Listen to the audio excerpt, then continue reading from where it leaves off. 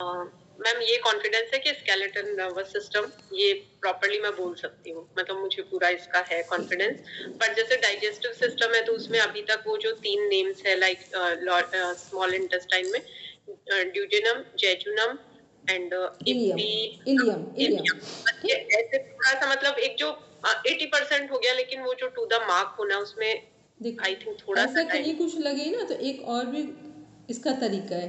फिर DJL का means हो गया जो हमारे इनिशियल लेटर्स भी होते हैं अपनी तैयारी के लिए, वो भी सफिशिएंट होते हैं। बाई चांस मान लो हम पूरे नहीं कर पा रहे हैं तो फिर शॉर्ट उनका जो इनिशियल लेटर है वो चाहे हिंदी हो इंग्लिश हो सब में फिर वो भी काम कर जाता है, क्योंकि हमने तो वहाँ भी एग्ज़ाम क्वालिफाई पढ़ते पढ़ते आ भी जाएगा। ठीक है, चलिए अब हम एक बार बात करते हैं, एक लोग डिस्कस करेंगे सर्कुलेटरी सिस्टम को, ठीक, एक डिस्कस करेंगे डाइजेस्टिव सिस्टम को, और एक डिस्कस करेंगे एक लोग लिम्फेटिक सिस्टम को या नर्वस सिस्टम को। अब अपना अपना डिसाइड कर लो किसको क्या करना है। रचना जी बोलिए क्या करना है। मुझे 2 मिनट के लिए। हाँ आप आराम, तब तक हम मोनिका मैम को दे रहे हैं। मोनिका मैम बोलिए किसको डिस्कस करेंगे।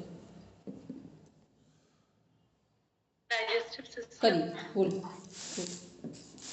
स्टार्ट कीजिए। तो मैम डायग्राम बना के कुछ बताएं या ऐसे नहीं, अभी आप पूरा बस समझाइए, वो तो आपके लोग ने प्रैक्टिस करके बता दिया, आप केवल हमको समझा दीजिए प्रॉपर। डाइजेस्टिव सिस्टम में हमारे दो मोटी मोटी, अगर हम ब्रॉड वे में कहें तो दो चीजें हमारी इन्वॉल्व होती है, एक तो एलिमेंट्री कैनाल। ये एक काम करिए, स्क्रीन शेयर कर दीजिए पहले, इस पर स्क्रीन शेयर कर दिए, अब समझाइए इस पर। ठीक, स्क्रीन शेयर करिए फिर समझाइए। सीमा मैम कौन सा समझाएंगे। मेरी सर्कुलेटरी समझा दूंगी। ठीक है, स्क्रीन शेयर करेंगे उसी में समझाएंगे। ठीक है, वो सामने रहेगी, अब आप अपना समझाएंगे इसमें। चलो हेमलता मैम घर पे ऑफिस में ये रास्ता। अच्छा ठीक है, फिर ठीक है, फिर आराम से सुनेंगे। ठीक, चलो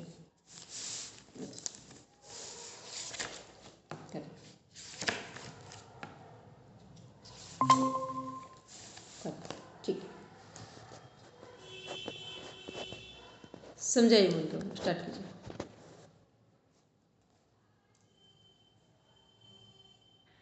डाइजेस्टिव सिस्टम में हमारा एलिमेंट्री कैनाल और उसके एसोसिएटेड ऑर्गन्स इन्वॉल्व होते हैं। एलिमेंट्री कैनाल हमारी जो कैनाल है ये माउथ से शुरू होती है और एनस पे खत्म होती है, और एक एवरेज एडल्ट में ये 6 से 9 मीटर लंबी होती है। इसमें एसोसिएटेड ऑर्गन्स में हम ले सकते हैं हमारे लीवर है, पैनक्रियाज, स्प्लीन, जो भी हमारे डाइजेशन में मदद करते हैं। तो ये जब प्रोसेस हमारा है ये स्टार्ट होता है माउथ से। माउथ में हमने जब कोई भी हम कुछ खाते हैं, सबसे पहले फूड हमारा माउथ में जाता है, वहां पे हमारे टीथ होते हैं, टीथ के द्वारा भोजन को अच्छे से चबाया जाता है। भोजन को चबाने में हमारे जो टीथ हैं वो 4 प्रकार के हैं, इंसाइजर्स, केनाई, प्रीमोलर्स एंड मोलर्स। और एक एडल्ट में हमारे 32 दांत होते हैं मुंह में। फिर हमारा इसी में सलाइवरी ग्लैंड्स होते हैं मुंह के अंदर, जो हमारे भोजन में का यहीं से पाचन शुरू कर देते हैं। उसमें टाइलिन नाम की एक एंजाइम भी होती है। तो ये जो हमारे सलाइवरी ग्लैंड्स है इसके द्वारा हमारा जो सलाइवा है भोजन में मिक्स हो जाता है। अब इसमें एक बात और है कि जैसे भोजन का स्वाद या उसकी गंध देखकर भी हमारे जो सलाइवरी ग्लैंड्स हैं एक्टिवेट हो जाते हैं और उस हिसाब से वो अपनी एंजाइम्स रिलीज कर देते हैं।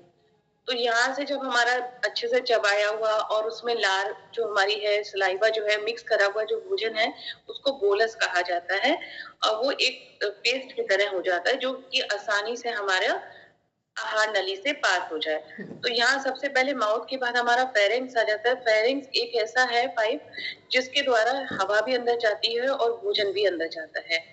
फिर हम लेरिंग्स पे आते हैं जो वॉइस बॉक्स की तरह काम करते हैं, और एक ये तरीके का ढक्कन भी कह सकते हैं जो प्रिवेंट करता है कि हमारा विंड पाइप जो ट्रैकिया में है वहां पे भोजन नहीं जाए। इसके बाद हमारा जो भोजन है, जो हमारा एक बोलस जो बन गया है, वो ईसोफेगस में से होता हुआ स्टमक की तरफ जाता है। अब ईसोफेगस और स्टमक के बीच में एक स्फिंक्टर होता है जो ऐसा सुनिश्चित करता है कि भोजन वापस से ईसोफेगस में नहीं जाए और सीधा स्टमक में ही जाके रुके। स्टमक में आने के बाद, हमारा पेट में आने के बाद भोजन यहाँ पे एक सेकंड रुकेंगे।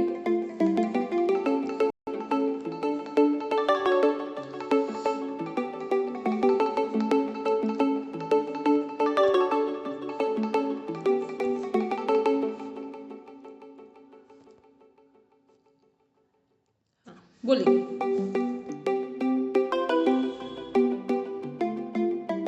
बोलेंगे मन के मैम।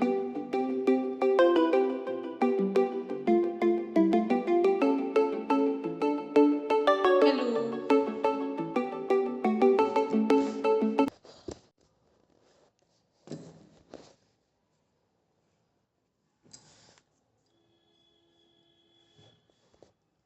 बोलिए।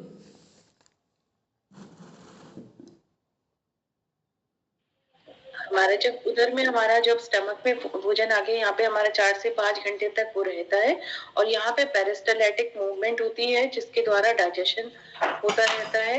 यहाँ पे हमारे पास जल का तत्व होता है, वाटर है और HCl है। HCl हमारा जो एसिड है वो हमारे जैसे भोजन में कुछ माइक्रोब्स भी आ गए हैं तो इनको डिस्ट्रॉय यहाँ पे कर देता है और एक एंटीसेप्टिक एनवायरनमेंट हमारे स्टमक में रहता है। ये जो एसिड है ये हमारा भोजन के पाचन में भी मदद करता है। इस एसिड का नाम क्या है? यहाँ पे हाइड्रोक्लोरिक एसिड है और यहाँ पे एंजाइम्स होती हैं जो हमारे पाचन में सहायक होती हैं। जैसे यहाँ पे पेप्सिन एंजाइम है, एमाइलेज एंजाइम है और भी एंजाइम्स होती है। लाइपेज है। पेप्सिन हमारी प्रोटीन कार्य करके उनको पेप्टोन्स में बदल देती है और फैट्स का एब्जॉर्प्शन, यहाँ पे फैट्स का डाइजेशन थोड़ा कम होता है, वो स्मॉल इंटेस्टाइन में होता है, जाके कार्बोहाइड्रेट्स पूरी तरीके से यहाँ पे पचा दिए जाते हैं। यहाँ का जो हमारा भोजन का जो पचने के बाद यहाँ पे थोड़ा बहुत जो उसका पाचन जो हो चुका है उसके बाद उसको काइम बोला जाता है। ये हमारा अब यहाँ से स्मॉल इंटेस्टाइन की तरफ पुश कर दिया जाता है धीरे से। तो ये जब स्मॉल इंटेस्टाइन में आता है तो सबसे पहले डुओडेनम में आता है। डुओडेनम पहला हिस्सा है स्मॉल इंटेस्टाइन का जो करीब 25 सेंटीमीटर के लगभग बड़ा होता है। यहाँ पे भोजन में बाइल मिलाया जाता है और पैनक्रियाटिक जूस, पैनक्रियाटिक इंसुलिन वगैरह यहीं पे मिक्स होता है। फिर इसके बाद हमारा भोजन जेजुनम में जाता है जो करीब 2 मीटर लंबी हमारी छोटी आंत का हिस्सा है। ये सबसे बड़ा छोटी आंत का हिस्सा कहा जाता है। फिर इलियम है। इलियम 1 मीटर के करीब लंबा होता है। इलियम ओपन होता है लार्ज इंटेस्टाइन के सीकम वाले पार्ट में। ठीक है। तो जब ये सीकम वाले पार्ट में जहाँ पे ओपन होता है वहां पे थोड़ा सा ही सीकम में ही आगे जाके एक अपेंडिक्स वाला पार्ट भी है जो उसी से अटैच्ड होता है सीकम से। अब इसके बाद यहाँ से भोजन हमारा कोलन में जाता है। कोलन 4 भागों में विभाजित है, ascending colon, transverse colon, descending colon और सिग्मोइड कोलन। यहाँ से जाने के बाद भोजन हमारा रेक्टम में जाएगा और फिर एनल कैनाल में जाएगा। अब स्मॉल इंटेस्टाइन में हमारा जब है भोजन तो यहाँ पे हमारे भोजन का अवशोषण भी शुरू हो जाता है। यहाँ पे एब्जॉर्प्शन होता है, हमारे पास विलाई होते हैं जो ब्लड के द्वारा हमारा भोजन में से न्यूट्रिएंट्स को एब्जॉर्ब करके पूरी शरीर में ट्रांसपोर्ट करने का काम भी करते हैं। स्मॉल इंटेस्टाइन में हमारे यहाँ न्यूरॉन्स भी होते हैं। हमारे शरीर में न्यूरॉन्स जो है हमारे ब्रेन से कनेक्टेड हमारे मैसेज जो है यहाँ भेजते भी हैं और यहाँ के मैसेज भी वहां पे जाते हैं। तो जिस तरीके से जैसे हम कहते हैं कि हम शांत मन से खाएं, प्रसन्नचित होके खाएं, तो वही मैसेज जब हमारा जब ब्रेन वहां पे शांत मन से जब खा रहे हैं तो ब्रेन के द्वारा, हाइपोथैलेमस के द्वारा पिट्यूटरी को वही निर्देश दिया जाता है कि वैसे ही एंजाइम्स हमारी सिक्रीशन होती हैं और भोजन का पाचन भी उसी हिसाब से बहुत अच्छे से हो जाता है। इसके विपरीत अगर हम देखते हैं कि हम एंजाइटी में हैं या दुखी अवस्था में है तो हमें लगता है कि जैसे हमें भूख नहीं लग रही, तो उसकी वजह यही है कि यहाँ गट टू ब्रेन कनेक्शन होता है और हमारा जैसी मानसिक स्थिति होगी उसी हिसाब से हमारे एंजाइम्स का सिक्रीशन भी उसी हिसाब से ही उसके अनुसार ही होता है। अब लार्ज इंटेस्टाइन में, स्मॉल इंटेस्टाइन में जब लार्ज इंटेस्टाइन में गया भोजन हमारा तो वहां भी कुछ न्यूट्रिएंट्स का अवशोषण होता है, एब्जॉर्प्शन होता है वहां पे, और उसके बाद वहां से वाटर कंटेंट भी एब्जॉर्ब किया जाता है। जो वेस्ट मैटर होता है वो धीरे धीरे से हमारा रेक्टम में आता है, फिर एनल कैनाल और फिर एनस के थ्रू पास आउट हो जाता है। इसमें डाइजेस्टिव सिस्टम में हमारे दो मुख्य ऑर्गन हैं, जो एक तो है लिवर। तो लिवर हमारा जो है एक शरीर का बहुत मुख्य ऑर्गन है और सबसे बड़ा ऑर्गन है यहाँ पे शरीर का। तो ये हमारा जब एक एडल्ट में एक 1.8 केजी के करीब लगभग होता है और इसमें रीजेनरेटिव पोटेंशियल होती है। जैसे लीवर का कोई भाग अगर हमारा कोई खराब हो गया, उसको कट करना पड़ा, तो ये खुद से रीजेनरेट कर सकता है अपने आप को। और ये बाइल प्रोड्यूस करता है। ड्रग्स जो मतलब हमने कोई मेडिसिन खाई है वो सब का भी यहीं पे ही पाचन और डिटॉक्सिफिकेशन भी लीवर करता है। लीवर क्या है, एक्सेस कार्बोहाइड्रेट को भी स्टोर करता है अपने अंदर और आयरन भी स्टोर करता है। आयरन के रिजर्व भी लीवर के अंदर ही होते हैं स्टोर। और fat soluble vitamin A, D, E और के का भी स्टोरेज हमारा लीवर के अंदर ही होता है। तो इस तरह से हम कह सकते हैं कि लीवर हमारा एक बहुत ही उपयोगी अंग है हमारे शरीर का। अब इसी में हमारे डाइजेशन, एक टू द पॉइंट आंसर दीजिए, सेकंड ब्रेन है जी। सेकंड ब्रेन हमारा लिवर कह सकते हैं, क्योंकि हमारे शरीर के मुख्य कार्य में मदद करता है, सभी कार्यों में। डाइजेशन में एक सब और दूसरा ऑर्गन है हमारा पैनक्रियाज। पैनक्रियाज हमारा दो तरीके से, एंडोक्राइन और एक्सोक्राइन दोनों तरीके से वर्क करता है। एक्सोक्राइन में तो ये हमारे पैनक्रियाटिक जूसेस जो हमारे एंजाइम्स हैं वो हमारे डाइजेशन में मदद करता है। वो हमारे जाते हैं, मिलते हैं भोजन के द्वारा और उनको पाचन में मदद करते हैं। और एंडोक्राइन वे में यहाँ पे आइसलेट ऑफ लैंगरहैंस होती हैं, जो वहाँ के सेल्स होते हैं। तो उसमें पैनक्रियाज में बीटा सेल्स होते हैं और अल्फा सेल्स होते हैं। बीटा सेल्स हमारे इंसुलिन का सिक्रीशन करते हैं। तो ये जैसे ब्लड ग्लूकोज हमारा ज्यादा हो गया है मान लीजिए, तो जब स्तर हमारा शुगर का ज्यादा हो गया है तो वो हमारा जो ब्लड में सारा शुगर ना मतलब सर्कुलेट हो, उसकी वजह से वो इंसुलिन को सिक्रीट करते हैं। इंसुलिन हमारी सेल्स को मदद करता है कि वो शुगर को एब्जॉर्ब कर लेता है, एक्सेस शुगर को, और हमारी बॉडी सुचारू रूप से उसके कार्य होते रहते हैं। और अल्फा सेल्स जो हैं वो ग्लाइकोजन का ग्लूकागोन का सिक्रीशन करते हैं, जो जब मदद करता है जब हमारा ब्लड शुगर का लेवल कम हो गया है। सपोज जैसे हमने कोई फास्टिंग करी है या हमने कुछ खाना समय से नहीं खाया है, तो हमें हमारे ब्लड शुगर का लेवल जब कम हो गया तो ग्लूकागोन वहां से सिक्रीशन होगा और वो लीवर में जो ग्लाइकोजन स्टोर है तो वो उस पर एक्ट करेगा, वो हार्मोन, और ब्लड के शुगर को सही लेवल पे ले आएगा। इसीलिए हमें जब हम नहीं खा रहे हैं फास्टिंग या किसी वजह से, तो हमें एकदम से कमजोरी महसूस नहीं होती है। अपने आप को पहले शाबाशी दो कि बहुत बढ़िया समझाया ठीक है, सच में इतना बढ़िया क्लैपिंग, ठीक, बिल्कुल बढ़िया समझाया। पता है अपनी चीज़ों को कितना, और मोनिका मैम आप ना एनाटॉमी फिजियोलॉजी को बहुत अच्छे से करो, बिल्कुल हमको लगता है जितना सटीक आप कर सकते हो, और शायद एक एक्सपर्ट टीचर जो समझा सकता है वैसे आप समझा लोगे, ठीक, बिल्कुल इसको बढ़िया से करो बेटी, ठीक। चलिए अब नेक्स्ट, बहुत ही बढ़िया से, कोई पॉइंट कहीं मिसिंग नहीं रहा और एक दूसरे से पूरी कनेक्टिविटी रही, जिसको टू द पॉइंट आंसर देना कहेंगे और कंप्लीट आंसर था, ठीक है, वेरी गुड, फाइन। चलिए नेक्स्ट बोलेंगे रचना जी, स्टार्ट करेंगे, ठीक। मैम कौन सा बोलना है? आप बोलो कौन सा बोलेंगे, किसको समझाना चाहिए, बिल्कुल आराम से समझाएंगे जैसे सब समझाते हैं वैसे ही, और सब्जेक्ट को समझाती है वैसे समझाएंगे, किसको समझा आप अपने मन से चॉइस करिए। नर्वस सिस्टम करिए, स्क्रीन है शेयर करें क्या, कुछ बनाया है, नहीं बनाया तो मोनिका मैम आपके पास कुछ भी हो, कोई भी बना हो डायग्राम, उसको शेयर कर दो स्क्रीन पे। मैम मैंने वीडियो में जो सुनाया था, बस जो मुझे जितना याद है मैं बस वो सुना देती हूँ। नहीं एक स्क्रीन शेयर करेंगे ना तो देखना उससे कनेक्टिविटी बन जाएगी।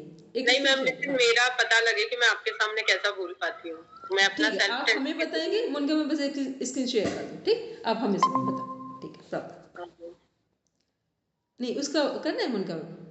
Nervous system ma'am nervous system के दो पार्ट है, central nervous system, peripheral. Peripheral के फिर दो है, ऑटोनॉमिक एंड सोमेटिक। ऑटोनॉमिक के भी सिंपैथेटिक एंड पैरासिम्पैथेटिक।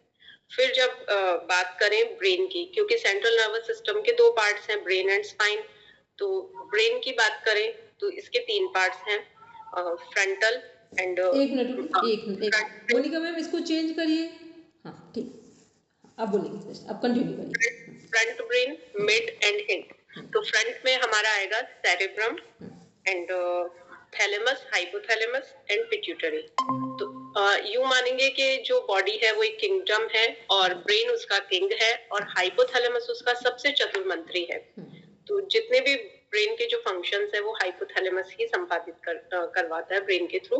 तो मेनली इसमें थिंकिंग, डिसीजन मेकिंग, रीजनिंग करना, कोई लॉजिक देना, ये सारी चीजें होती है।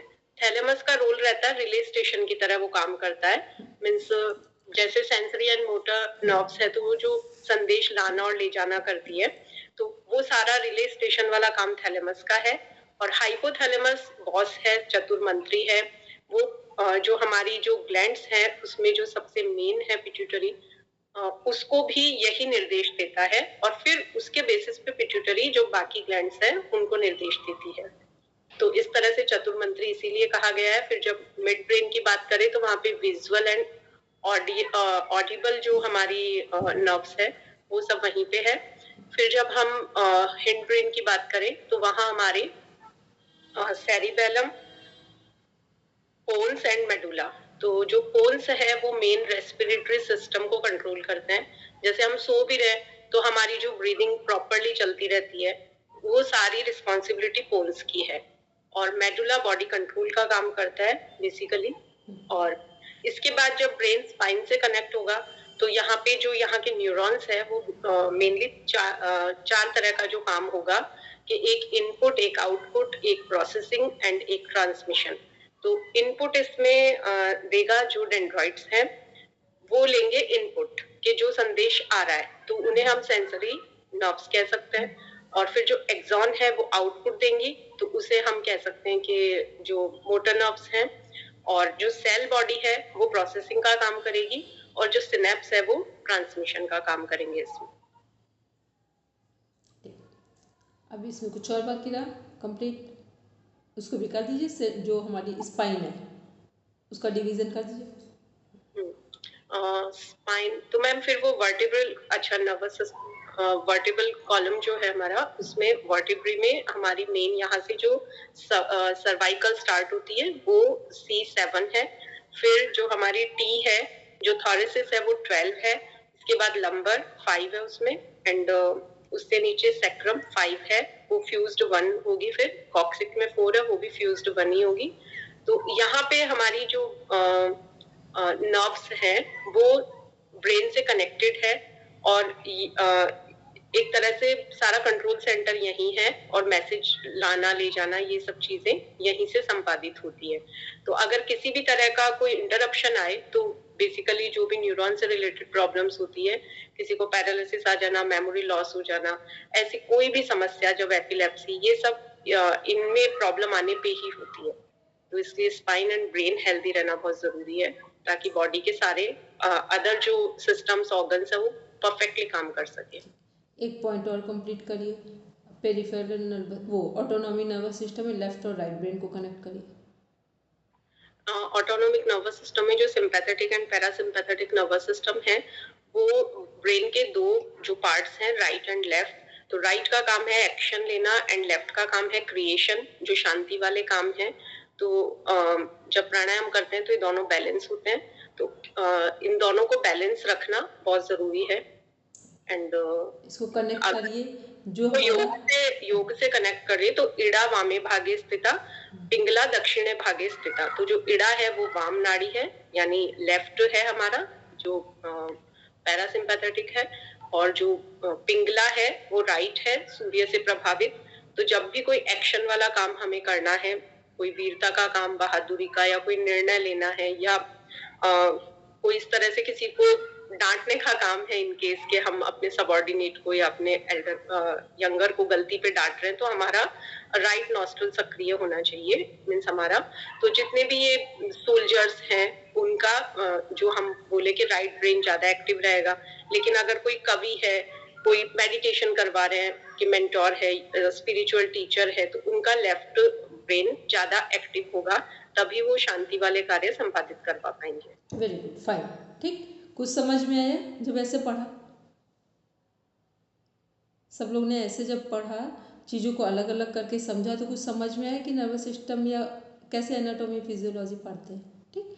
ऐसे जब करेंगे ना तो फिर तब लगेगा कि हम पढ़ रहे हैं, अदरवाइज फिर आपको लगेगा सिस्टम सब हो गए पर कुछ इफेक्ट नहीं आया उसका हमारे ऊपर, ठीक है। बिल्कुल बढ़िया समझाया, ठीक है, वेरी गुड, क्योंकि बड़ा सिस्टम था ये भी और ये टफ है, और ये नर्वस सिस्टम, ठीक है। चलिए अब नेक्स्ट सीमा मैम बोलेंगे।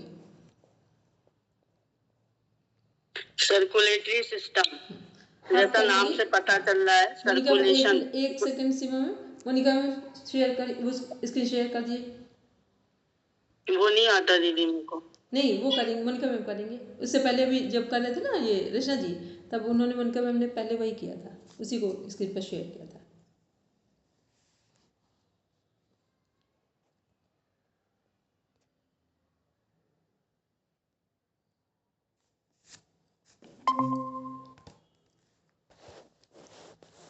बोलिए। सर्कुलेटरी सिस्टम, जैसा नाम से पता चल रहा है, सर्कुलेशन, हिंदी में से परिसंचरण तंत्र बोलते हैं। पूरी बॉडी में ब्लड का सर्कुलेशन, जिसे हमें प्राण जो हमने 5 प्राण सीखे उसमें व्यान ये कार्य करता है।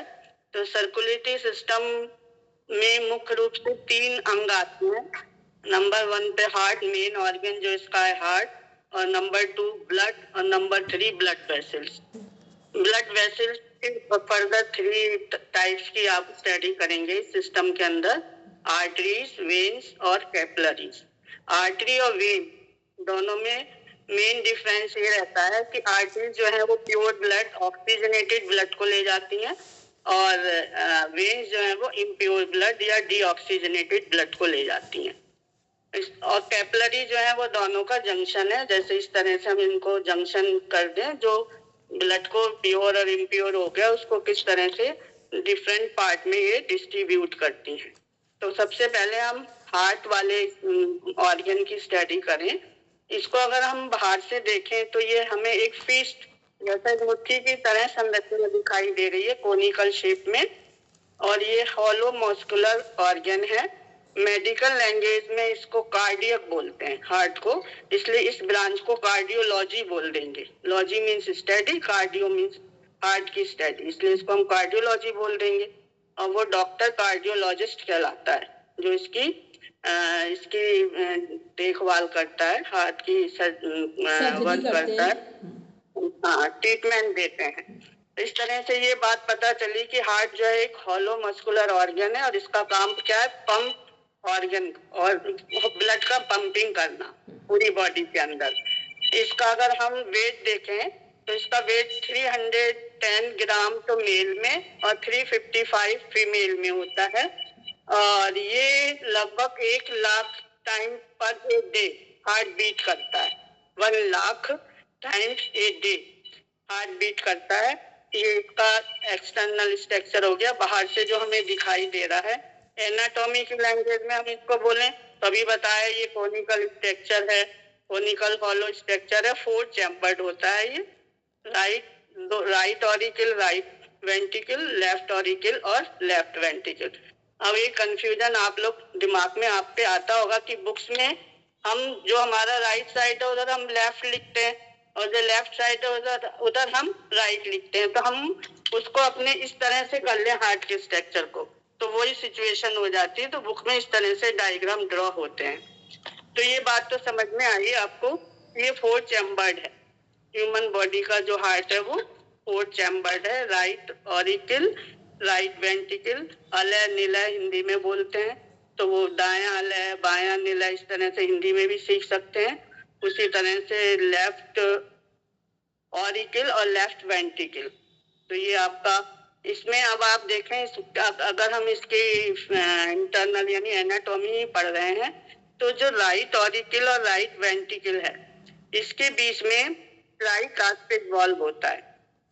ट्राइकास्पिड में 3 वॉल्व इस तरह से गेट की तरह स्ट्रक्चर है, जैसे हमारे गेट में वो कब्जे लगे हुए होते हैं कि एक तरफ ही गेट को खोल सकते हैं। उसी तरह से ब्लड का फ्लो केवल किसके अंदर जाने देंगे, ब्लड के फ्लो को हार्ट के अंदर जाने देंगे, बाहर ब्लड को निकलने नहीं देंगे, इसलिए हम इसको बाल्ब बोलते हैं ना। तो इसके राइट ऑरिकल और राइट वेंट्रिकल के अंदर ट्राइकास्पिड वाल्व होते हैं, जबकि लेफ्ट ऑरिकल और लेफ्ट वेंट्रिकल के बीच में बाइकास्पिड वाल्व होते हैं। अभी हमें यहाँ पे यही कंफ्यूजन दूर करना चाहिए कि ट्राइकास्पिड यहाँ क्यों है, वहाँ बाइकास्पिड क्यों है। यहाँ ट्राइकास्पिड इसलिए क्योंकि जो पूरी बॉडी का भी जब फिजियोलॉजी समझेंगे हम इसकी, तो बात समझ में आएगी कि जो ब्लड आ रहा है वो इम्प्योर ब्लड आता है पूरी बॉडी से, और किसके थ्रू आता है, वेना केवा के थ्रू, एंटीरियर और पोस्टीरियर वेना केवा के थ्रू ब्लड किस में आ रहा है, राइट ऑरिकल में आ रहा है सबसे पहले।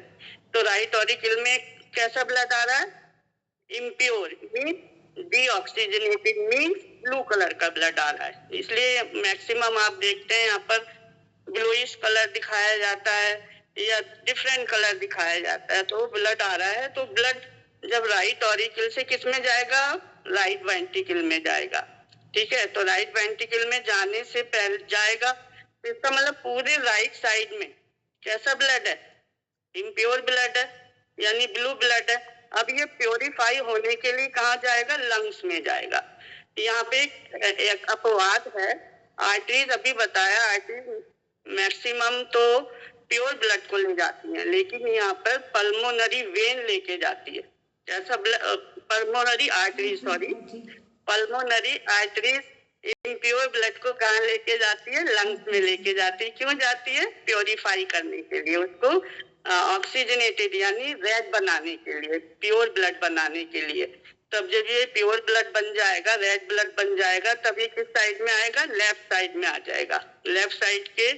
और सबसे पहले लेफ्ट ऑरिकल में आएगा, वेंट्रिकल में आएगा, लेफ्ट वेंट्रिकल से ये लेफ्ट ऑरिकल में आएगा, और फिर ये एओर्टा के थ्रू पूरी बॉडी में क्या कर दिया जाएगा, सर्कुलेट कर दिया जाएगा। इस तरह से बहुत शॉर्ट में आप इस सर्कुलेटरी सिस्टम को सीख सकते हैं। बाकी बहुत डीप स्टडी है, वो इतना सीखने की जरूरत नहीं है। इसमें एक चीज नहीं बोली, जो हमारी हार्ट की लेयर्स हैं वो कितनी है दीदी? यस, वो हार्ट की लेयर सबसे बाहर वाली लेयर पेरिकार्डियक, और बीच में जब भी कोई बात आए तो मीजो कर दो, और अंदर आए एंडो, ठीक है। तो एंडोकार्डियक वर्ड बता ही दिया, cardiac word is equal to heart, तो हो गया पेरी मीन्स चारों तरफ, तो पेरी हो गया, मीजो, देन एंडोकार्डियक। चलिए एक बार सारे जो वाल्व हैं, जो दरवाजे हैं, डोर हैं, जहाँ से ब्लड जा नहीं सकता वापस, उनके नंबर्स बोलिए सिमरन, कहाँ से कौन सा वाल्व कहाँ पर है? अच्छा, ट्राइकास्पिड वाल्व जो है वो राइट ऑरिकल और राइट वेंट्रिकल के बीच में है, ठीक है दीदी। अब बाइकास्पिड वाल्व जो है वो, अब हमारा राइट साइड तो हो गया, कौन सा साइड रह गया, लेफ्ट साइड। तो लेफ्ट साइड में बाइकास्पिड वाल्व हो गया, क्योंकि उसे जरूरत ही नहीं है ना। ठीक है, फिर आप ऐसे याद करो, ऐसे ही याद करिए कि इम्प्योर ब्लड जो है उसको प्योरीफाई होना है, तो दो डोर तो चाहिए ही भाई, दो बाइकास्पिड वाल्व तो उसको ले जाने का काम कर ही रहा है नीचे की तरफ, लेकिन तीसरा वाल्व जो है वो किसकी तरफ जा रहा है, लंग्स की तरफ, प्योरीफाई होने के लिए। इसलिए ट्राइकास्पिड वाल्व की जरूरत हुई राइट ऑरिकल और राइट वेंट्रिकल के अंतर्गत। उसी तरह से लेफ्ट ऑरिकल और लेफ्ट वेंट्रिकल में बाइकास्पिड वाल्व। अब मिट्रल वाल्व और जो एरोटिक वाल्व है, ये किसके लिए है?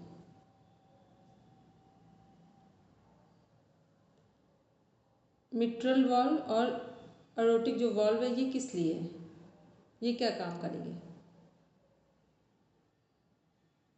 अभी याद नहीं आ रहा है ठीक से, क्यों कंफ्यूज में बोलूं तो गलत चीजें हो जाएगी, कंफर्म। एरोटिक, हाँ बोलेंगे रचना जी। मैम जो एरोटिक है वो तो जो एओर्टा महाधमनी है उसके वहां पे लगा हुआ है, मीन्स जब लेफ्ट एट्रियम से नीचे आया लेफ्ट वेंट्रिकल में, और फिर वो एटो में जाने लगा, तो ऐसा नहीं कि वहां से नीचे वापस लेफ्ट में आ जाए, इसलिए वो वॉल्व एक वहां पे लगा हुआ है एओर्टिक वाला। ठीक, क्योंकि सारे वाल्व लगे किस लिए हैं कि जहां से ब्लड ऊपर की ओर जाए, मतलब आगे की ओर एक्सपोर्ट हो तो वो वापस ना आए, ठीक। इसलिए फिर मिट्रल वाल्व किसके लिए है?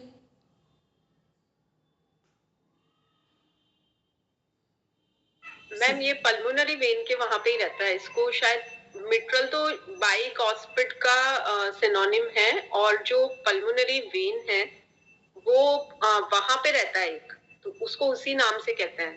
ठीक है, चलिए। बाइकॉस्पिड को मिट्रल वाल्व कहते हैं, वेरी मेरे को गुड, भी यही पता है। हाँ ठीक है, वेरी गुड, ठीक। चलिए अब एक क्वेश्चन और आता है हम लोगों का कि जो हमारे ये सारा ब्लड का जो सर्कुलेशन हो रहा है, इसमें हार्ट की का साउंड क्या है? लब डब। कितने सेकंड्स में हार्ट ब्लड को प्यूरिफाई कर ले, मतलब सप्लाई, प्यूरिफाइड ब्लड को सप्लाई कर देता है पूरी बॉडी में? 0.8 सेकंड में। वेरी गुड, ठीक। और दीदी एक बात और है जी, वो मैं बता देती हूँ, डबल सर्कुलेटरी सिस्टम है ह्यूमन बॉडी के अंदर, क्योंकि 2 बार सर्कुलेट हो रहा है ना, एक बार प्योरीफाई होने के लिए, हाँ। इसलिए ये क्वेश्चन भी आता है आपको। 0.4 होता है, एक 0.4 है, वो हो गया 1 टाइम, और यदि एक सर्कल बन गया तो 0.8 हो गया, ठीक है। चलिए अब आते हैं, जो हमारा ये हार्ट है पूरा पंपिंग कर रहा है, पूरा फंक्शन कर रहा है। अब हार्ट में को जब हम लोग चेकअप कराते हैं तो हार्ट के चेकअप को क्या बोलेंगे? ECG। Very good. और नर्वस सिस्टम में का जब चेकअप होता, ब्रेन, न्यूरॉन्स, पूरे नर्वस सिस्टम में किसी भी चीज़ का होता, तब क्या करवाते हैं?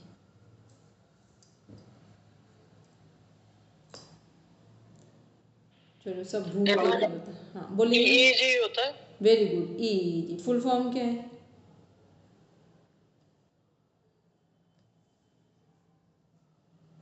चलो सब लोग अपना अपना चेक करो, ये हम कई बार इन सब चीज़ों को बता चुके हैं, ठीक है।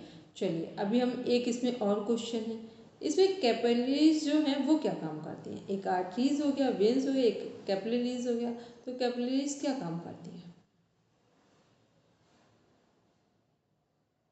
कैपिलरीज जो है जिनको केशिकाएं बोलते हैं दीदी हिंदी में, और बिल्कुल बहुत पतली बाल, केश का मतलब है बाल, तो बिल्कुल इतनी बारीक होती हैं। ये जो आर्टरीज और वेन्स को का जंक्शन है एक तरह से। तो जो प्योर और इम्प्योर ब्लड जो है उसको जब प्योर हो गया तो वो ट्रांसमिट होता है, मतलब एक जंक्शन पॉइंट है जिससे कि पूरा सर्कुलेशन चलता रहता है, ब्लड का ब्रेक ना हो। ठीक है, चलिए बोलेंगे रचना जी। मैम जैसे लंग्स में जो कैपिलरीज है वो एक्सचेंज ऑफ गैस करती है, वैसे यहाँ पे exchange of oxygenated and deoxygenated, ये कह सकते हैं? ये भी कह सकते हैं और ये भी कह सकते हैं, जो हमारी आर्टरीज हैं, वेन्स हैं, कैपिलरीज, उनका सबसे अंतिम भाग है, सबसे छोटा हिस्सा है। जैसे एक बड़ी चीज़ से ब्लड आया, उससे छोटा, फिर उससे छोटा, लास्ट वाला पार्ट, ठीक।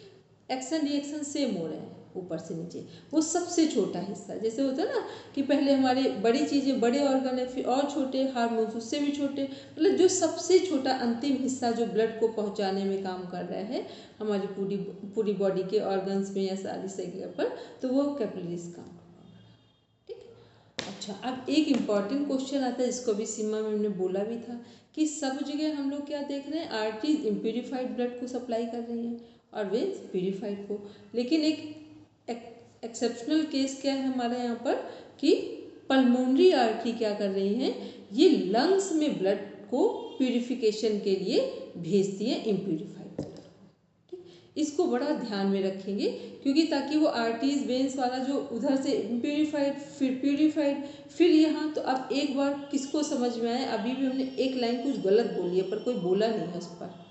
अब एक बार फिर से बोले कि आर्टरीज और पल्मोनरी आर्टरीज में क्या अंतर है दोनों में, बोलिए रचना जी। मैम आर्टरीज प्योर ब्लड को ले जाती है, हिंदी में जिसे धमनी कहते हैं, और वेन इम्प्योरिफाइड को ले जाती है, जो ब्लू कलर की नजर भी आती है हमारे बॉडी पे, तो वो वेन्स है। बट यहाँ पे ये एक्सेप्शन है कि जो इम्प्योर ब्लड है यानी डीऑक्सीजनेटेड ब्लड, जो राइट वेंट्रिकल से पल्मोनरी आर्टरी के थ्रू जाएगा लंग्स में, और जब वो वहां पे प्यूरिफाई हो जाएगा तो वो पल्मोनरी वेन के थ्रू लेफ्ट एट्रियम में आएगा। ठीक है, चलिए अब यहाँ पर हम लोग देख रहे थे ब्लड के बारे में, ठीक है। तो ब्लड में हमने देखा, क्योंकि इसका ब्लड मेन पार्ट ही है, हार्ट का काम ही है ऑक्सीजनेटेड ब्लड को सप्लाई करना। तो अब यहाँ पर हम ब्लड में जो पूरा ब्लड का एक फॉर्मेशन है उसको देखें। तो ब्लड के फॉर्मेशन में क्या हो, ब्लड का फॉर्मेशन कहाँ हो रहा है? बोन मैरो में। बोन मैरो में हो रहा है। फिर जो हमारा ब्लड है वो सभी ब्लड सेल्स हमारी कहाँ वर्किंग में आ रही, कहाँ फॉर्मेशन हो रहा है? सभी ब्लड सेल्स का, रेड का, वाइट का, ये सब का कहाँ हो रहा है? प्लाज्मा में, बोन मैरो, स्प्लीन। लेकिन मैम उसको तो WBC को तो कब्र का कहा जाता है ना, स्प्लीन का। अभी आराम से, हाँ इसका क्वेश्चन है इसलिए हमने यहीं पर उसको रखा, क्योंकि वो ब्लड में कनेक्ट हो रहा है। स्प्लीन को दो चीज़ें बोला जाता है, एक ब्लड बैंक बोला जाता है और एक ग्रेवयार्ड बोला जाता है। ब्लड बैंक भी वही है, हमारी पूरी बॉडी के एनर्जी का जो ट्रिगरिंग पॉइंट है वो क्या, स्प्लीन है। जितने लोग एक्सपर्ट होते हैं, जो आपका आयुर्वेद, पंचकर्म, वो जो होते हैं एक्यूपंक्चर, एक्यूप्रेशर, जितने अदर से कलर कोई चीज़ भी चेक करते हैं, वो केवल आपके हाथ में स्प्लीन को चेक करके क्लियर कर लेते हैं कि समस्या एनर्जी का लेवल कम है उसकी वजह से है, या कोई डिजीज़ सीवियर डेवलप हो रही है बॉडी में, ठीक है। तो वो हमारा क्या है, तो एनर्जी, इसलिए स्प्लीन क्या है, दोनों ही चीज़ें। ब्लड बैंक भी है, मान लो वहाँ ऑप्शन में ब्लड बैंक पूछा जा रहा हो, ग्रेवयार्ड लिखा ही ना हो, तो भी स्प्लीन को आंसर देंगे। और वहाँ पर ग्रेवयार्ड पूछा जा रहा हो और कुछ नहीं लिखा तो भी आंसर देंगे, और दोनों लिखा हो ब्लड बैंक और ग्रेवयार्ड तो भी वही आंसर देंगे, ठीक। इसको ध्यान में रखेंगे। चलिए अब देखते हैं जो हमारा, तो ये नहीं समझ में आया कब्रिस्तान की कैसे कनेक्ट हो गया, ये बात समझ नहीं आई। ये ऐसे हो गया समय में, ये तो बड़ा इंपॉर्टेंट क्वेश्चन है कि जैसे जितनी हमारी ब्लड सेल्स हैं तो वो बन भी रही हैं, बनने का भी जगह है, या वो एनर्जी का सोर्स दिखा रहे हैं। फिर जब किसी की डेथ होती है, क्योंकि जहाँ सेल बनेगी तो वहाँ वो विघटित भी तो होगी, तो जब बन रही है इतनी सारी, मान लो 100 सेल अभी बनी है, 1 से 100 सेल डेवलप हो गई, तो 100 सेल कुछ मिनट के बाद डेथ भी तो होगी उनकी। तो जहाँ पर जितनी संख्या में जो चीज़ बढ़ रही है तो उतनी संख्या में वो डाउन भी तो होगी, या वो खत्म भी होगी। तो इसीलिए वो ब्लड बैंक भी है और ब्लड का ग्रेवयार्ड भी है, दोनों चीज़ें वो, ठीक है। ये नेट GRF में 4 या 5 टाइम क्वेश्चन रिपीट होने वाले क्वेश्चन में से एक है, ठीक। चलिए अब देखते हैं, हाँ, और ब्लड सेल का जो फॉर्मेशन है कहाँ कहाँ हो रहा है, बोन मैरो में। अपने अपने सिलेबस में लिखे जाके, मोस्ट इंपॉर्टेंट क्वेश्चन है, bone marrow, lymph nodes, spleen और tonsils. Bone marrow, lymph nodes, tonsils and spleen.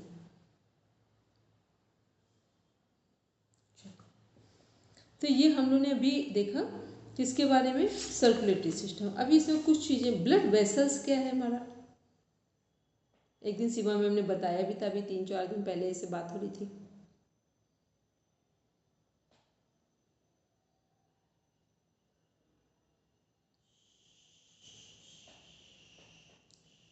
Blood जहाँ से फ्लो करेगा वो क्या होंगे,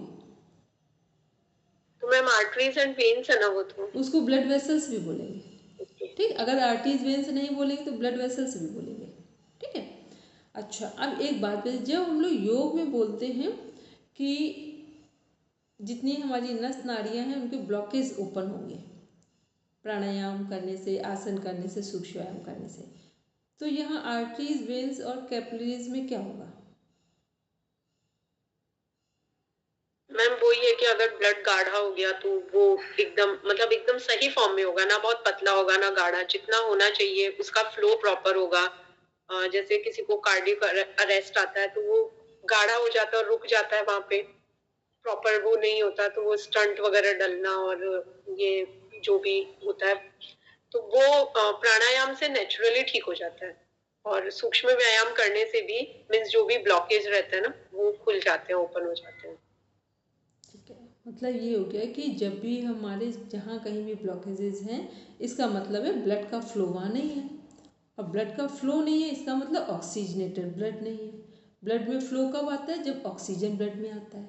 तो इसका अर्थ हो गया कि ऑक्सीजनेटेड ब्लड वहाँ पर ऑक्सीजन नहीं है, इसलिए ब्लड फ्लो नहीं कर पा रहा है। तो जैसे ही हम आसन, प्राणायाम, सूक्ष्म व्यायाम करते हैं तो ऑक्सीजन ब्लड के साथ मिल जाता है जाकर, तो जहाँ जो ब्लॉकेज है वो अपना ब्लॉक एरिया को ओपन कर देते हैं और ब्लड और आराम से फ्लो करने लगता है। दूसरा क्या है, अब दूसरे शब्दों में कि यदि गाढ़ा ब्लड है, थिक हो रहा है, तो उसका पीएच नॉर्मल आ जाएगा जब ऑक्सीजनेटेड ब्लड पूरी बॉडी में सप्लाई होगा। तो ये क्या हो गया, ये पूरे ब्लड के बारे में अभी हम लोग देख रहे हैं। फिर अब यही जो हमारा ब्लड आरबीसी है वो किसके लिए रिस्पॉन्सिबल हो जाएगा, क्योंकि अभी ब्लड में हीमोग्लोबिन इंक्रीज होता है वेरी गुड O2 पहुंचाने के लिए। और जब हम लोग उसकी बात करें डब्ल्यूबीसी, वो ब्लड की सेल्स क्या करेंगे, वो रेजिस्टेंस बार इंक्रीज करती है, मींस बॉडी का जो इम्यून सिस्टम है वो मजबूत करती है, लाइक एक गार्ड की तरह काम करती है। कोई बीमारी आएगी तो एंटीबॉडी की तरह काम करेगी। ठीक है, सोल्जर्स हैं, वो सैनिक हैं, वो जो शूट कर देते हैं फौरन बीमारी को, मतलब वो इतना काम करते हैं। अब केवल क्या है कि अब हम लोग, हमारी बॉडी बड़ी से बड़ी चीज़ों को फेस करने के लिए, प्रॉब्लम्स को फेस करने के लिए तैयार होती है, लेकिन हमने अपनी बॉडी को, कहा जाता है ना कि एक होता है डस्टबिन से भी उसको बेकार समझ रहे हैं। डस्टबिन की भी एक हम लोग सोचते हैं अगर भर गया है तो पॉलीथीन में कूड़ा रख दें या थोड़ा फेंक आए जाके, लेकिन अपना जो घर है इसको हम लोगों ने डस्टबिन से भी इसकी कीमत को कम कर दिया है। ठीक है, तो बॉडी हमारी ऑटोमेटिक हर समय हील होने को तैयार है। अब हमें क्या करना है कि हम कितना खुद थोड़ा सा सजग हैं कि हमें अगर बॉडी को हील करना है तो कभी हमसे कुछ अधिक हो जाए तो फिर इतना ध्यान रखें कि उसको बैलेंस कैसे करें। फिर कुछ टाइम बॉडी को खाली छोड़ें या बॉडी के अंदर कुछ ना दें, ताकि हम जैसे बॉडी को जो भी चीज़ें हैवी हमने ले ली है, कोई भी चीज़ शरीर में अधिक इकट्ठा हो गई है, यदि कुछ समय हमने कुछ भी नहीं दिया तो वो जो अधिक चीज़ें हैं वो धीरे धीरे बॉडी क्या करेगी, उन्हें एडजस्ट करके वेस्ट मटेरियल के रूप में जितना एक्सेस है वो बाहर निकालेगी और जितना ज़रूरत है उतना अपने पास रखें। लेकिन ये तब होगा जब हमने कुछ विराम दिया हो खाने और पीने में, उससे पहले नहीं होगा। ठीक है, बोलेंगे सीमा में कुछ कह रहे? लेकिन नहीं, अभी आपने कहा ना कि अपन की दृष्टि से देखें तो क्या हो, कहाँ पे रहेगा ब्लड, क्या इसका मतलब यही हुआ कि ऑक्सीजन वहाँ पे सभी में जाएगी, चाहे वो आर्टरीज हो, वेन्स हो, जो भी हो, सभी में पहुंच रही है वो ऑक्सीजन। जहाँ तक यही रीजन है कि स्किन भी बहुत सॉफ्ट हो जाती है योग करते हैं, योग प्राणायाम करते, तो वैसे बहुत हार्ड और स्टिफ रहती है। ठीक है, तो ये हम लोगों ने अभी क्या देखा। हाँ, अभी इसमें दो चीज़ें और है, प्लेटलेट्स और प्लाज्मा। प्लेटलेट्स क्या काम करेंगे, ब्लड क्लॉटिंग का काम करती हैं। रोकेंगे कि फ्लो में लाएंगे? नहीं, रोकती हैं, ब्लड क्लॉट कर देती हैं। प्लाज्मा क्या काम करेगी, प्लाज्मा?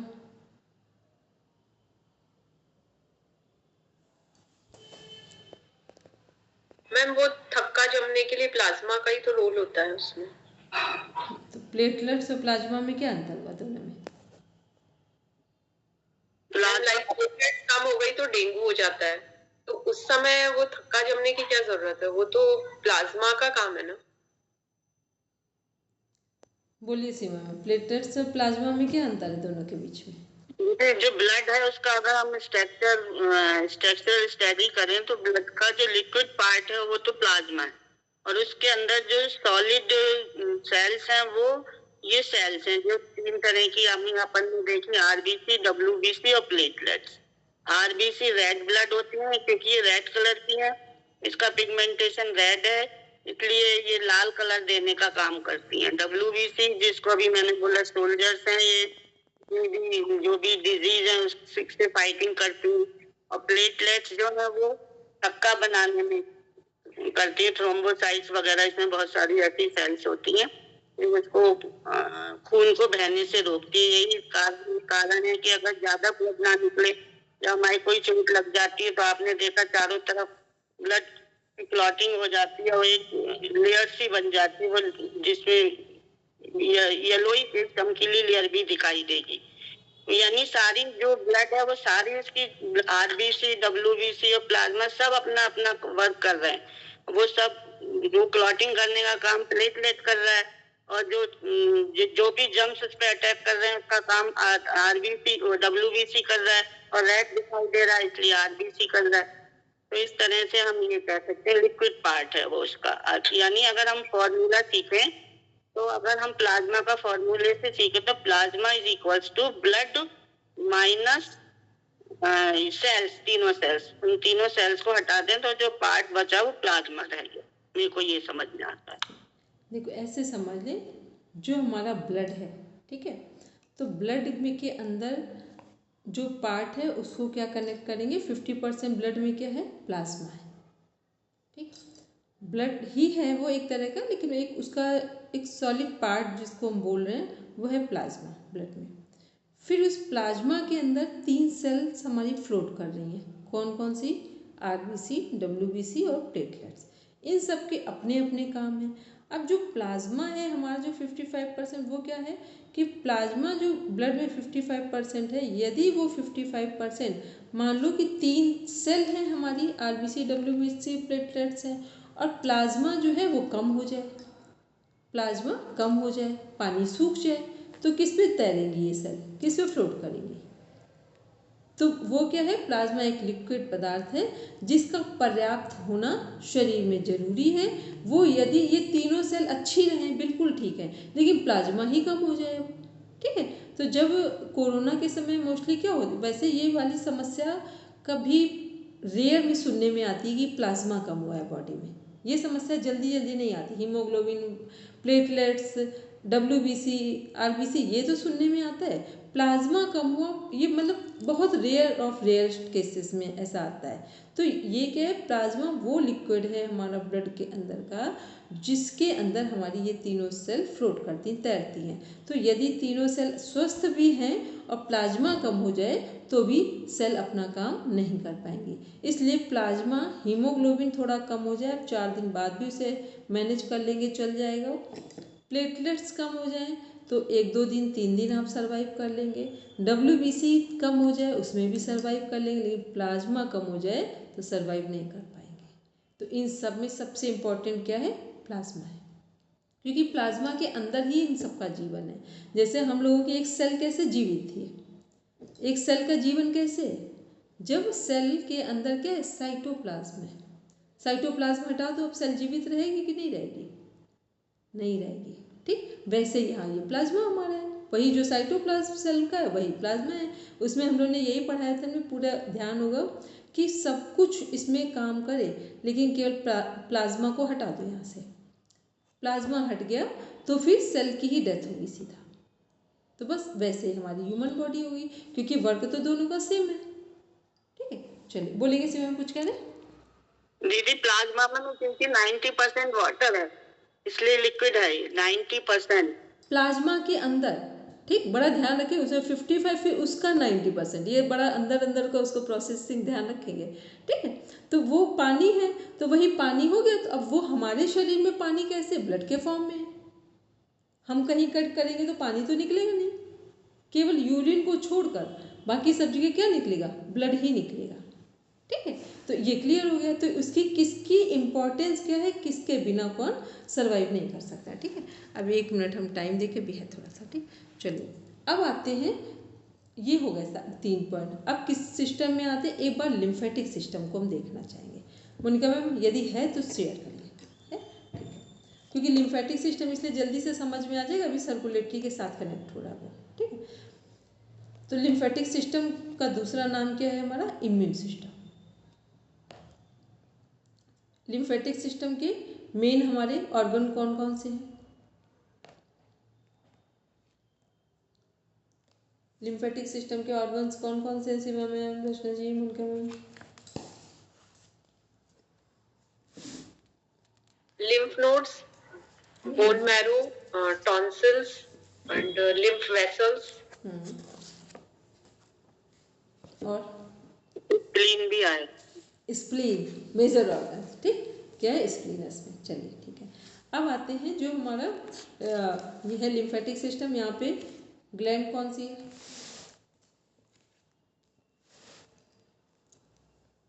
थाइमस ग्लैंड है मैम। हार्मोन कौन सा निकल रहा है, थाइमोसिन। थाइमोसिन हार्मोन निकल रहा है, ठीक। कुछ चीज़ें बिल्कुल कॉमन सी होगी। लिम्फेटिक सिस्टम सिचुएटेड कहाँ है, वही लंग्स के पास, ठीक है। लिम्फेटिक सिस्टम का दूसरा नाम इम्यून सिस्टम। फिर लिम्फेटिक सिस्टम के मेजर ऑर्गन्स कौन कौन से हमारे? लिम्फ नोड्स, स्प्लीन, टॉन्सिल्स, ठीक है, ये हमारे मेजर ऑर्गन्स हो गए हमारे। फिर यहाँ की ग्लैंड का नाम क्या है? थाइमस। हार्मोन कौन सा है? थाइमोसिन। ठीक, अब यहाँ हमारी 4 सेल आ रही है, 3 सेल आ रही है और 4 ब्लड के अंदर प्लाज्मा, फिर 3 सेल्स जिनका अभी हम लोगों ने नाम लिया, haemoglobin red blood cell, white blood cells और हमारा प्लेटलेट्स। ठीक, जो हमारा राइट ब्लड सेल वो है RBC WBC। इसमें से WBC क्या है? हमारे एंटीबॉडीज़ है। एंटीबॉडीज़ किस पर काम करते हैं? एंटीजन पर काम करते हैं। ठीक, जो हमारा साइंटिफिक नेम है एंटीजन। एंटीजन क्या है? कोई भी रोग हो सकते हैं, शरीर के अंदर भी हो सकते हैं, बाहर भी हो सकते हैं। ठीक, बाहर से कैसे? जैसे अभी हम लोगों ने कोरोना देखा था, ये हमारे कैसे हो गए? बाहर से एंटीजन आ गए।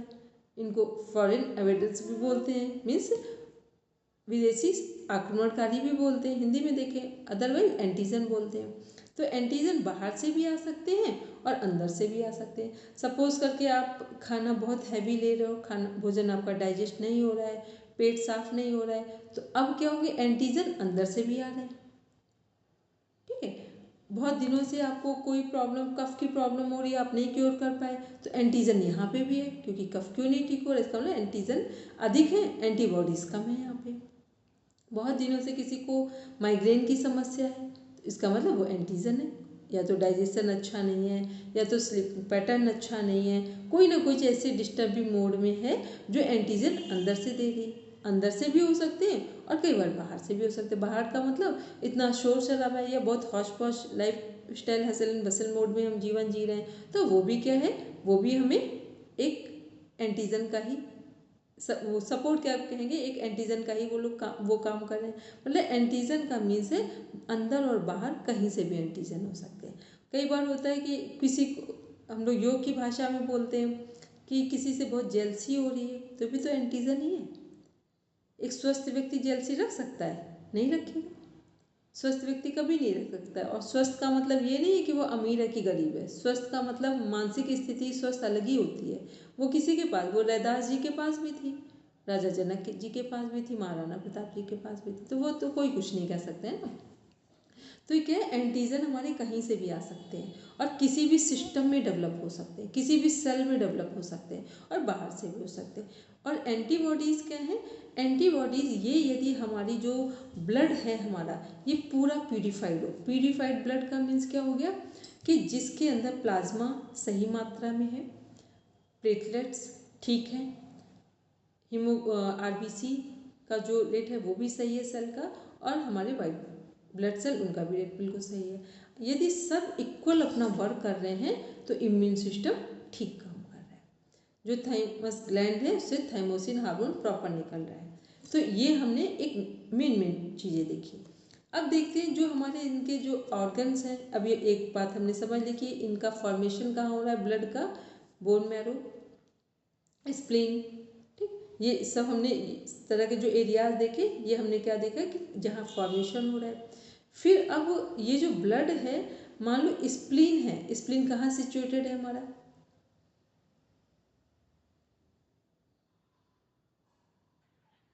मैम लंग्स एंड पेनक्रियास, ठीक स्टमक के पीछे,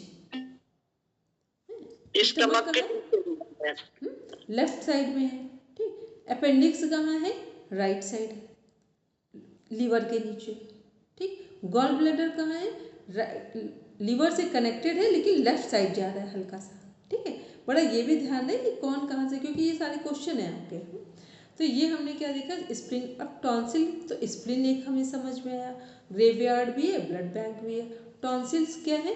ये साइड में जो गले से जुड़े हुए पूरा पार्ट है। ठीक है, अब टॉन्सिल, जब भी किसी के टॉन्सिल्स निकलते हैं, कई बार देखा होगा बच्चों के बार बार टॉन्सिल्स निकल आते हैं, मतलब जो ग्लैंड्स, ये जो हमारा इधर वाला हिस्सा है इसमें एक स्वेलिंग सी दिखाई देती है।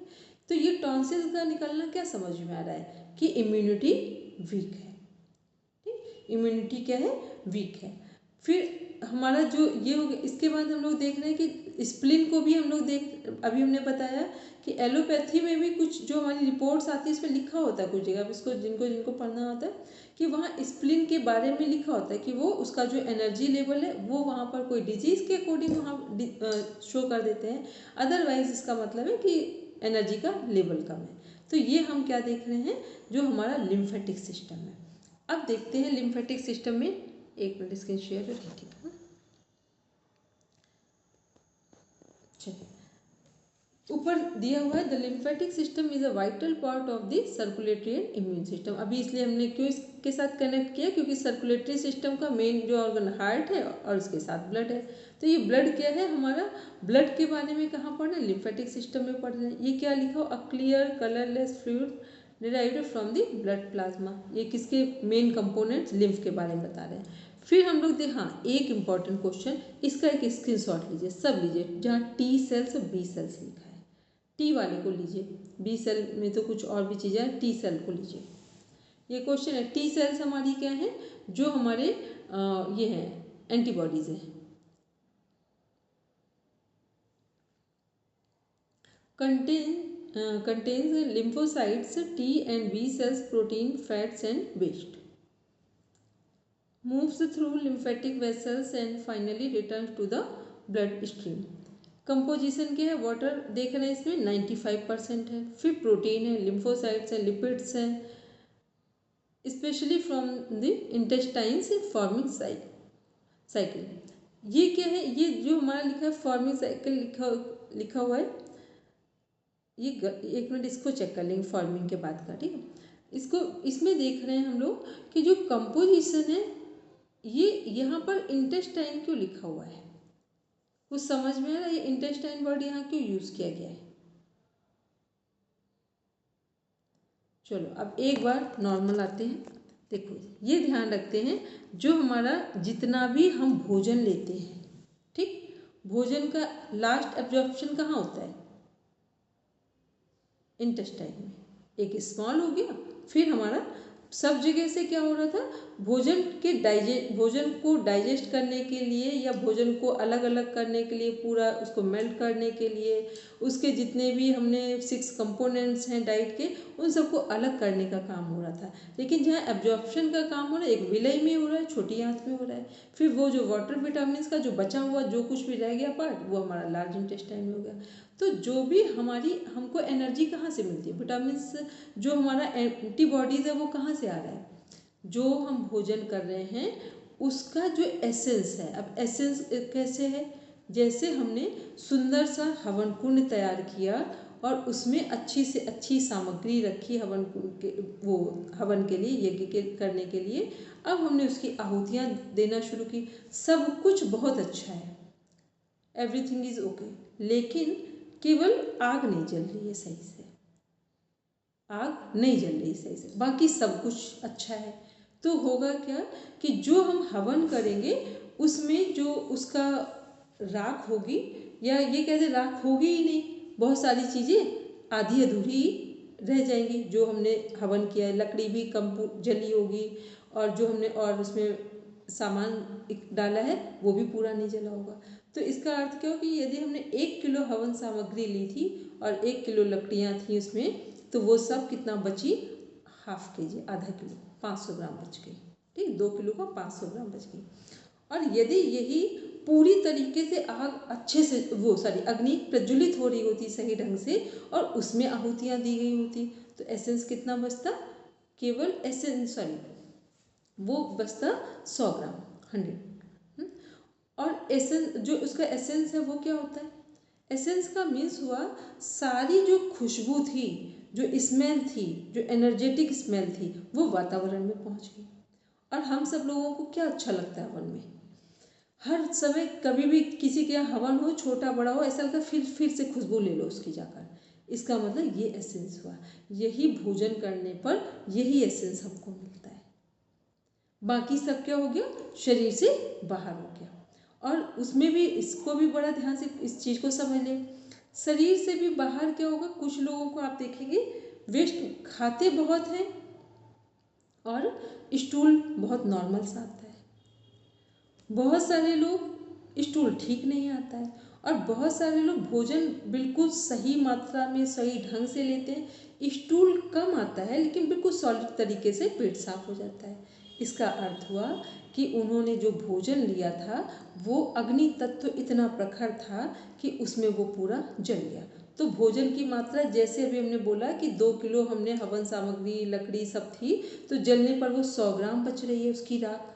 तो यहाँ पर क्या होगा, जो स्टूल होगा वो कम आएगा यदि सही ढंग से भोजन अग्नि में प्रज्वलित हुआ है, तो स्टूल कम आएगा पर पूरा सॉलिड आएगा, समय पर आएगा।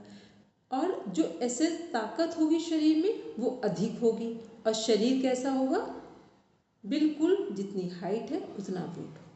ये नेचुरल प्रोसेसिंग है, क्योंकि अभी हम लोगों को ये नहीं पता भोजन कर रहे हैं, भोजन में लेते क्या हैं, भोजन में उसका एसेंस लेते हैं, बस उसको वही समझ लीजिए। जैसे हवन करने के बाद सॉलिड अच्छा हवन हुआ है तो प्रज्वलित हुआ अग्नि में, तो उसका जो राख है वो कम बच रही है, और एसेंस किसे बोल रहे हैं, जो उसमें सारी सामग्रियों का जो धुआं था वो वातावरण में फैला है, वो एसेंस होता है। बस वही हमारा भोजन का एसेंस होता है, जिसको हम इंटेस्टाइन से पूरा जा कर के वो हमारे कहाँ मिल रहा है, ब्लड में मिल रहा है। ठीक, वो ब्लड में मिल रहा है। अब इस एसेंस को अग्नि तत्व कहाँ से मिला था, जो ऑक्सीजन आया था। ठीक, बड़ा ध्यान में रखिएगा, अग्नि तत्व मिला कहाँ से था इसको, जो ऑक्सीजन आया था। ऑक्सीजन आया था तो ब्लड में ऑक्सीजनेटेड ब्लड आ गया, तो ब्लड में अब वो जो ऑक्सीजनेटेड ब्लड को 2 तरीके से एनर्जी मिल रही है, एक ब्लड में ऑक्सीजन है वो हो गया, और दूसरा जो भोजन से एनर्जी मिली है, अब दोनों क्या हो रही, सर्कुलेट हो रही है। एक इधर से भोजन की एनर्जी चैनलाइज हो रही है, उधर से ऑक्सीजन चैनलाइज हो रही है। अब दोनों का जो सर्कल है वो हमारे हार्ट को और ब्रेन को स्वस्थ रखता है।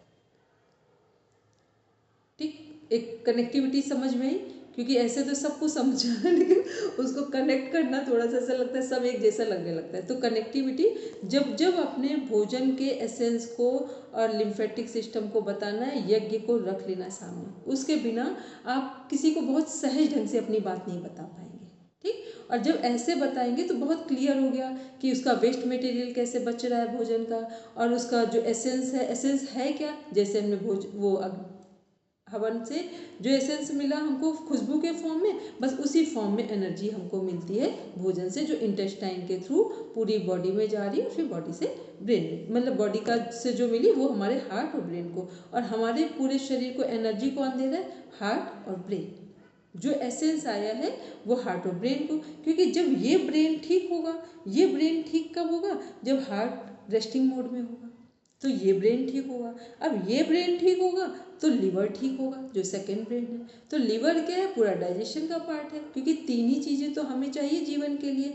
एक, हमको सबसे पहले हमें क्या चाहिए, ऑक्सीजन चाहिए, दूसरा वाटर चाहिए, तीसरा भोजन चाहिए। बस ये तीनों पर ही हमारा जीवन चल रहा है। तो इसको कैसे उनको सर्कुलेट कर लिया, और फिर कैसे उनका वर्क हुआ। अब इसमें कुछ 1-2 पॉइंट्स हैं जिनको कल ये बताएंगे हम आपको कि इनका रेशियो क्या है। ठीक, और ब्लड का जो अपना वो है ब्लड ग्रुप वाला, इसको थोड़ा सा कंप्लीट करेंगे, और 2 सिस्टम उठाएंगे जो बहुत छोटे हैं, एक एक्सक्रीटरी सिस्टम और दूसरा उठाएंगे रिप्रोडक्टिव सिस्टम। लेकिन आप लोग उसको पढ़ के रखना, ताकि बस कल हम इसको कंप्लीट करना चाहेंगे। फिर उसके बाद इसकी डिजीज़ का जो चार्ट है वो हम भेजेंगे आपको। ठीक है, फिर हम लोग कुछ नया फिर पढ़ेंगे। बोलेंगे सिमम? दीदी, लिम्फ और ब्लड में क्या डिफरेंस है? लिम्फ में का मतलब आरबीसी नहीं होंगे क्या वहाँ पर? सब एक मिनट फिर से बोलिए सिमम।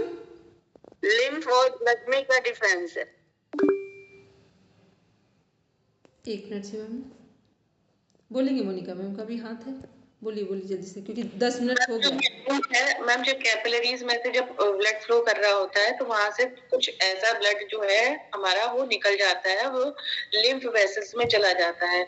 और ये जो इसमें आरबीसीज नहीं होते हैं, क्योंकि आरबीसी का जो सेल होता है वो थोड़ा बड़ा होता है और वो नहीं निकल पाता है वहां से। तो इसमें बस डब्ल्यूबीसीज होते हैं और हमारे प्लेटलेट्स होते हैं। तो ये हमारा लिम्फ वेसल्स में चला जाता है, लिम्फ नोड्स के जरिए ये फिर इनका सर्कुलेशन होता है, और ये इम्यूनिटी के लिए काम आते हैं।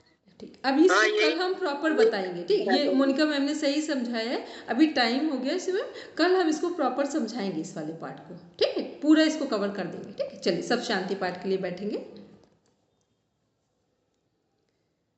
ओम शांति शांति शांति, सर्वारिष्ठसु शान्तिर्भवतु। Now rub your palms, touch your eyes, then open your eyes. चलिए, सबको प्रणाम, शुभ रात्रि। सब अच्छे से पढ़ाई करके रखेंगे। ठीक।